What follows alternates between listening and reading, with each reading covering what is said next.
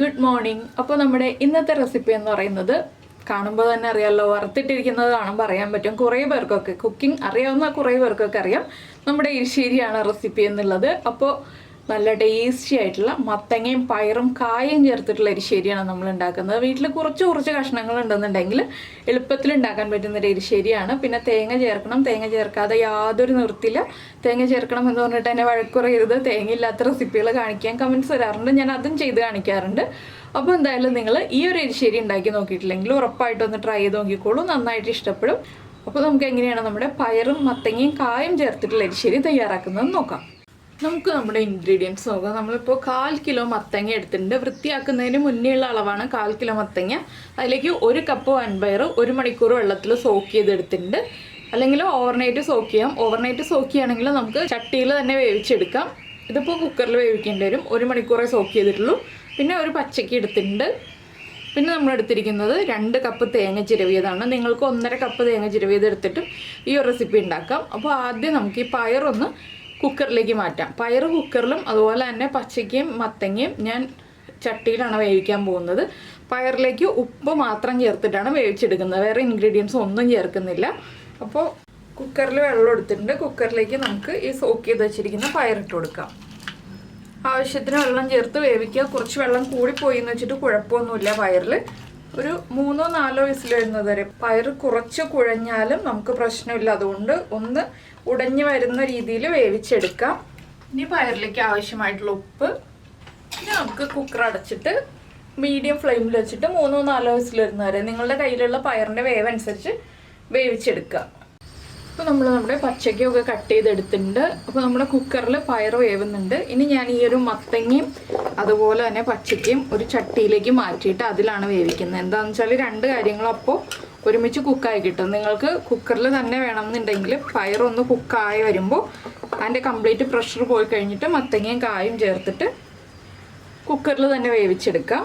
അപ്പോൾ നമ്മൾ മത്തങ്ങയും അതുപോലെ തന്നെ കായും ചേർത്ത് കഴിഞ്ഞു. ഇനി ഇതിലേക്ക് എരിശ്ശേരി ആയതുകൊണ്ട് തന്നെ ഒരുപാട് എരിവുണ്ടാവില്ല, ഒരു മീഡിയം എരിവുണ്ടാവുള്ളൂ. അതുകൊണ്ട് തന്നെ നമ്മൾ മുളക് പൊടി കുറച്ചേ ചേർക്കുള്ളൂ. പച്ചമുളകാണ് കൂടുതൽ ചേർക്കുക. പച്ചമുളക് സ്പ്ലിറ്റ് ചെയ്ത് ചേർക്കണ്ട, ഇതുപോലെ ഒന്ന് 2ആയിട്ട് ഒടിച്ചിട്ട് ചേർത്ത് കൊടുക്കുക. പിന്നെ കുറച്ച് കറിവേപ്പില, ഒരു 3/4 ടീസ്പൂൺ മഞ്ഞൾപ്പൊടി, 1/4 ടീസ്പൂൺ എരിവുള്ള മുളക് പൊടി. കാശ്മീരി ചില്ലി പൗഡർ ആണെങ്കിൽ 1/2 ടീസ്പൂൺ ചേർക്കാം. പിന്നെ മത്തങ്ങയ്ക്കും കായ്ക്കും ആവശ്യമായിട്ടുള്ള ഉപ്പ്. നമ്മൾ പയറിൽ ഉപ്പ് ചേർത്തിട്ടുള്ളതാണ്, അതുകൊണ്ട് ഓരോന്നിനും ഉപ്പ് ചേർക്കുമ്പോൾ ശ്രദ്ധിക്കണം. ഇനി ഇത് വേവാൻ ആവശ്യമായിട്ടുള്ള വെള്ളം ചേർത്ത് കൊടുക്കുക. ഞാനിപ്പോൾ 2 കപ്പ് വെള്ളം ചേർക്കുന്നുണ്ട്. എന്താണെന്ന് വെച്ചാൽ മത്തങ്ങയും കായും ഒക്കെ ഒന്ന് വെന്ത് ഉടഞ്ഞു വരണം. ഇനിയിപ്പോൾ ഈ കഷ്ണങ്ങളും ഇവിടെ ഇരുന്ന് വേവട്ടെ. നമുക്ക് ഈ സമയത്ത് ഇതിലേക്ക് വേണ്ട അരപ്പ് റെഡിയാക്കിയെടുക്കാം. ഇതൊന്ന് അടച്ചു വെച്ച് കുക്ക് ചെയ്തെടുക്കാം. ഇനിയിപ്പോൾ നമുക്ക് അരപ്പിലേക്കായിട്ട് മിക്സിയുടെ ജാറിൽ ഒരു 3/4 കപ്പ് തേങ്ങ ചേർക്കാം. ഒരുപാട് അരപ്പ് വേണ്ട നമുക്ക്.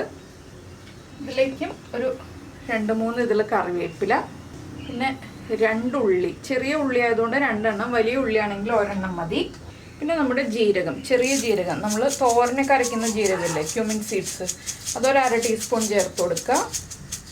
ഇനി വെള്ളം ചേർത്ത് തരിതരിപ്പായിട്ട് അരച്ചെടുക്കുക. ഫൈൻ പേസ്റ്റായിട്ട് അരയേണ്ട, ചെറിയ തരികളോടുകൂടി അരച്ചെടുക്കുക. അപ്പോൾ ഞാനിത് അരച്ചെടുക്കട്ടെ. അപ്പോൾ നമ്മുടെ അരപ്പ് ഇതാ നമ്മളിതുപോലെ തരിതരിപ്പായിട്ട് അരച്ചെടുത്തിട്ടുണ്ട്. ഇങ്ങനെ എടുത്ത് നോക്കുകയാണെങ്കിൽ നന്നായിട്ട് അരഞ്ഞു വന്നിട്ടില്ല. ഈ ഒരു പാകത്തിലാണ് അരച്ചെടുക്കേണ്ടത്. ഇനിയിപ്പോൾ നമ്മുടെ കഷ്ണങ്ങൾ വെന്ത് കഴിയുമ്പോൾ നമുക്കിതിലേക്ക് വറവിടാനുള്ള കാര്യങ്ങളും എല്ലാം റെഡിയാക്കാം. ഇതിപ്പോൾ മാറ്റി വയ്ക്കാം. ഇപ്പോൾ നമ്മുടെ മത്തങ്ങയും ഏത്തയ്ക്കയും എല്ലാം കുക്കായിട്ടുണ്ട്, നന്നായിട്ട് കുക്കായിട്ടുണ്ട്. ഇനി ഇതൊന്ന് നമുക്ക് ചെറുതായിട്ട് ഉടച്ചെടുക്കാം. ഒരുപാട് ഉടയണ്ട, എങ്കിലും ചെറുതായിട്ടൊന്ന് ഉടച്ചെടുത്താലാണ് നമ്മുടെ എരിശ്ശേരിക്ക് ടേസ്റ്റ് ഉണ്ടാവുക. ഇത് ഉടച്ചതിന് ശേഷം മാത്രം നമ്മൾ ഇതിലേക്ക് പയർ വേവിച്ചത് ചേർക്കുക. അപ്പോൾ ചെറുതായിട്ടൊന്ന് ഉടഞ്ഞ് വന്നിട്ടുണ്ട്. ഇനി നമുക്കിതിലേക്ക് വേവിച്ച് വെച്ചിരിക്കുന്ന പയർ ചേർക്കാം. പയറിലുള്ള വെള്ളവും കൂടി ചേർക്കുന്നുണ്ട്. ഇനി ഞാനിതിലേക്ക് അരപ്പ് ചേർക്കുമ്പോൾ വെള്ളം ചേർക്കുന്നില്ല കേട്ടോ, ആവശ്യത്തിന് വെള്ളം ഉണ്ട്. കണ്ടോ, ഇതെല്ലാം ചേർത്ത് നന്നായിട്ടൊന്ന് ഇളക്കി മിക്സ് ചെയ്യുക. ഇനി ഇതെല്ലാം ചേർന്ന് ഒരു 2 മിനിറ്റ് ഒന്ന് നന്നായിട്ട് തിളച്ച് മിക്സ് ആയി വരണം. പയറിലേക്ക് എരിവൊക്കെ ഒന്ന് പിടിച്ചു വരാൻ പാകത്തിൽ നമ്മളൊരു 2 മിനിറ്റ് ഒന്ന് തിളപ്പിച്ചെടുക്കുക. അതിനുശേഷം നമുക്ക് അരപ്പ് ചേർത്ത് കൊടുക്കാം. അതുപോലെ തന്നെ വറവിടാനുള്ള കാര്യങ്ങൾ ഉള്ളി, വറ്റൽമുളക് എല്ലാം റെഡിയാക്കി വയ്ക്കുക. അപ്പോൾ ഇതൊന്ന് തിളച്ച് വരട്ടെ. അപ്പോൾ നമ്മൾ പയർ ചേർത്ത് കഴിഞ്ഞിട്ട് തിളച്ചുകൊണ്ടിരിക്കുന്നുണ്ട്. അപ്പോൾ നിങ്ങൾ സദ്യയിൽ എരിശ്ശേരി ഉണ്ടാക്കുകയാണെങ്കിൽ കുറച്ചുകൂടി വെള്ളം വറ്റിയിട്ട് അരപ്പ് ചേർക്കുക. നമ്മൾ വീട്ടിൽ ചോറിന് കറിയായിട്ട് എരിശ്ശേരി ഉണ്ടാക്കുകയാണെങ്കിൽ കുറച്ച് ലൂസായിട്ടുള്ള ഭാഗത്തിൽ തന്നെ എരിശ്ശേരി ഉണ്ടാക്കുക. ഇനി ഫ്ലെയിം കുറച്ചതിന് ശേഷം അരപ്പ് ചേർക്കുക. എന്താണെന്ന് വെച്ചാൽ അരപ്പ് വല്ലാതെ തിളച്ച് പോകരുത്. അതുകൊണ്ടാണ് ഫ്ലെയിം കുറച്ചിട്ട് അരപ്പ് ചേർക്കുക എന്ന് പറയുന്നത്. പിന്നെ നിങ്ങളുടെ കയ്യിൽ പച്ചക്കറികളൊക്കെ വേവിച്ച് കഴിയുമ്പോൾ വെള്ളം കുറവാണെന്നുണ്ടെങ്കിൽ ഈ അരപ്പിൻ്റെ കൂടെ കുറച്ച് വെള്ളവും കൂടി ചേർത്ത് കൊടുക്കാം. ഇനിയിപ്പോൾ നമുക്ക് ഈ അരപ്പ് ചേർത്ത് ഇളക്കി മിക്സ് ചെയ്ത് ഒന്ന് ആവി വരുന്നത് വരെ ഇളക്കി കൊടുക്കാം. ഒരു 1-1.5 മിനിറ്റ് അത്രയും മതി. ലോ ഫ്ലെയിമിലായിരിക്കണം, ഹൈ ഫ്ലെയിമിലായിരിക്കരുത്. ഇതിലേക്ക് ഇനി ചേർക്കേണ്ട ഒരു കാര്യം, ഒരു ചെറിയ പീസ് ശർക്കരയാണ്. എരിശ്ശേരി ഉണ്ടാക്കുമ്പോൾ ശർക്കര ചേർത്താലേ പെർഫെക്റ്റ് ആവുള്ളൂ.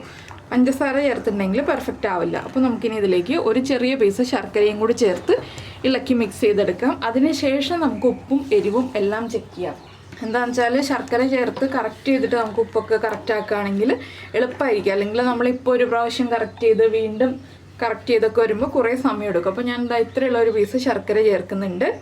അപ്പോൾ ഇനി നമുക്ക് ആ ശർക്കര ഒന്ന് മെൽറ്റായി വരുമ്പോൾ ഉപ്പും എരിവും എല്ലാം ചെക്ക് ചെയ്യാം. ഉപ്പ് കുറവാണെങ്കിൽ ഉപ്പ് ചേർത്ത് കൊടുക്കുക. എരിവ് കുറവാണെങ്കിൽ 1-2 പച്ചമുളകും കൂടി സ്പ്ലിറ്റ് ചെയ്തിട്ട് ചേർത്ത് കൊടുക്കുക.